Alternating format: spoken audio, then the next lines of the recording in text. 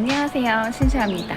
오늘은 겨울철 실내 식물 물주기에 대해서 이야기를 좀 해보려고 하는데요. 여러분들이 식물에게 물을 주실 때 보통 하지 말아야 될 것들이 몇 가지가 있는데, 제가 경험상 느꼈던 것들, 관엽들 키울 때, 겨울에 물 줄 때 하지 말아야 할 것들 몇 가지 알려드릴게요.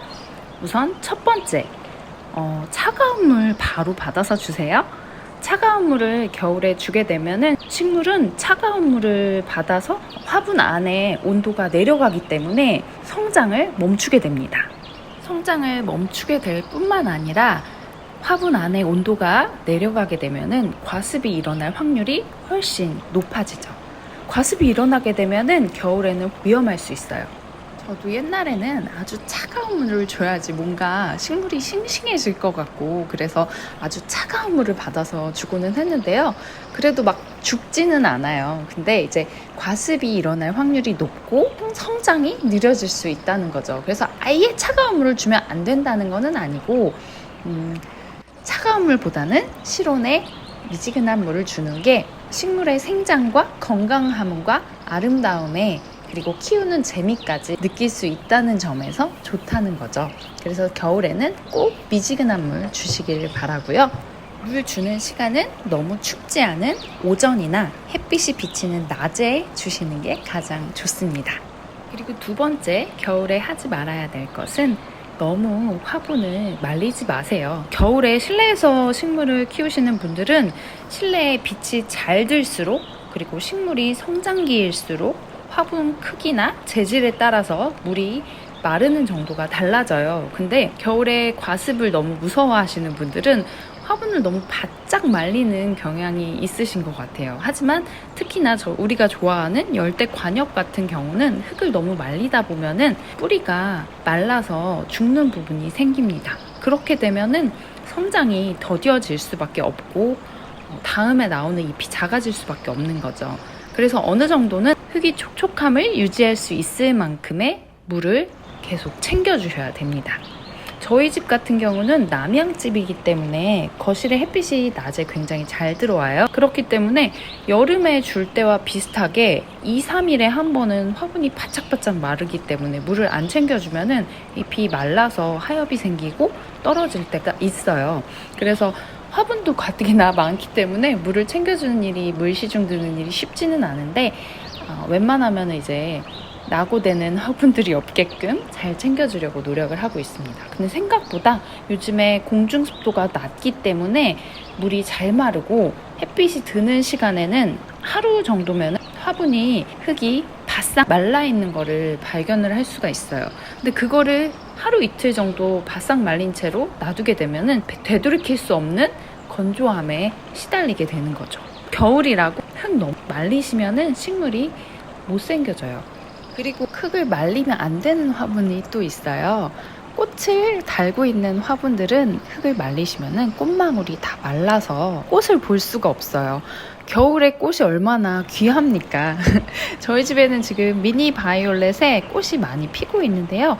이 친구들은 화분도 작기 때문에 물을 말리면은 꽃망울이 바로 마르더라고요. 그래서 매일매일 잘 챙겨주고 있고요. 그리고 동백꽃도 이제 막 피고 있잖아요. 동백꽃이 피고 있는데 갑자기 뚝 떨어지는 경우는 너무 따뜻한 곳에서 키우시면은 동백꽃 꽃이 피기 전에 떨어질 수 있고요. 또 흙을 너무 말리셔도 동백꽃이 뚝 떨어지게 됩니다. 실내에서 키우실 너무 따뜻하지 않고 흙 말리지 않으셔야지 동백꽃을 끝까지 예쁘게 보실 수 있을 거예요. 그리고 하지 말아야 될 것 세 번째, 비료 안 주시는 분 계세요?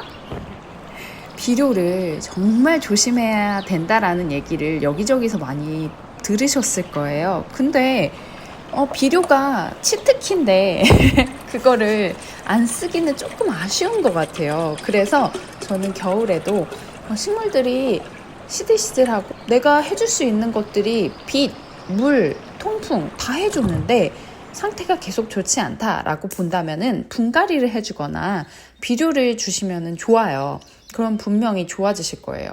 왜냐면은 흙 안에는 얘네들이 쓰는 영양분들만 계속 쓰게 되고, 안 쓰는 영양분들 같은 경우는 계속 집적이 되게 돼요. 물로 한 번씩 내보내면서 물을 계속 주는데 비료를 주지 않게 되면은 분명히 어떠한 영양분은 모자르게 된다는 거죠. 그래서 요즘에 나온 비료들은 굉장히 독하지 않고 위험하지 않은 비료들이 많아요. 그렇기 때문에 저는 한 달에 한 번 이상, 보통은 이제 요즘 비료들은 물에 섞어서 주는 비료 같은 경우는 한 1, 2주에 한 번씩 줘도 괜찮다라고 써 있거든요. 너무 진하게만 주지 않으시면 되니까요. 겨울에도 비료 꼭 챙겨주세요. 그러면은 집에 빛이 잘 들고 따뜻한 곳이라면은 충분히 더 예쁘게 자랄 수 있다는 것을 알려드리고 싶어요. 그리고 제 화이트 마블킨 스킨 답소스 새 이파리에 이렇게 검은 점이 생겼어요. 저는 예전에 이게 과습 때문에 일어난 줄 알고 이걸 엄청 말렸거든요. 근데 얼마 전에 국립수목원에서 발행한 실내식물 키우기 매뉴얼을 봤는데요. 스킨 답소스에 이렇게 중간에 갈색 점이나 검은 점이 생기는 이유는 성장기에 물이 부족하면 생기는 현상이라고 해요. 그래서 오늘부터는 저 스킨답서스도 너무 말려서 키우지 않기로 했습니다. 여러분들 겨울에 너무 말려서 키우시면은 가드닝 하는 재미를 잃으실 수 있어요. 물 주는 것만큼 또 재밌는 가드닝이 또 어디 있겠어요? 너무 말리지 마시고요. 비료도 챙겨주시고요. 꽃도 많이 보시는 그런 겨울이 됐으면 하고요. 여러분 또 저는 나중에 예쁜 식물로 찾아뵙겠습니다. 감사합니다.